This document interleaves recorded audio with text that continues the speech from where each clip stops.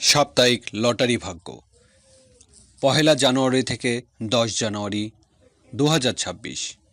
মেষ রাশি ব্যক্তিদের জন্য সপ্তাহের শেষের দিকটা বেশ শুভ রয়েছে। শেষের দিকে একবার চেষ্টা করে দেখতে পারেন, বাকি সময় লটারি না কাটাই বুদ্ধির কাজ হবে।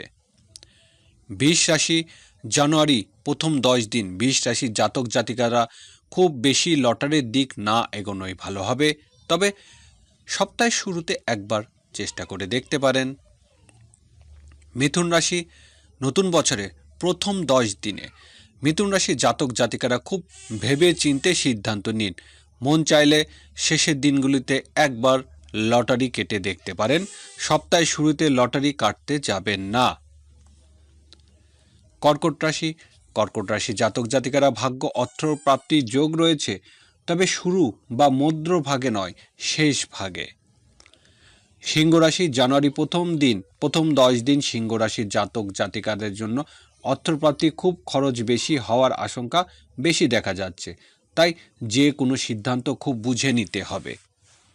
কন্যা রাশি ব্যক্তিদের জন্য আয় ব্যয় সমান দেখা যাচ্ছে, এই কথাটি মাথায় রেখে লটারির দিক এগোন।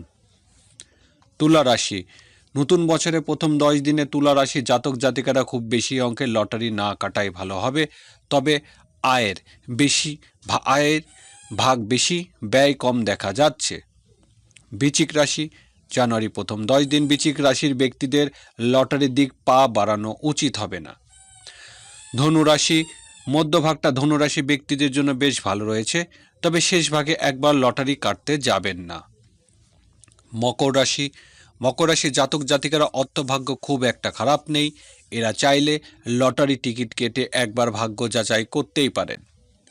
কুম্ভ রাশি নতুন বছরে প্রথম ১০ দিন কুম্ভ রাশির জাতক জাতিকারা লটারির দিক না এগোনোই খুব ভালো হবে, কম সংখ্যার লটারির দিক যাবেন না। মীন রাশি ব্যক্তিদের শুরুর দিকে একবার চেষ্টা করে দেখলেও শেষের দিকে একবার লটারি টিকিট কাটতে যাবেন না।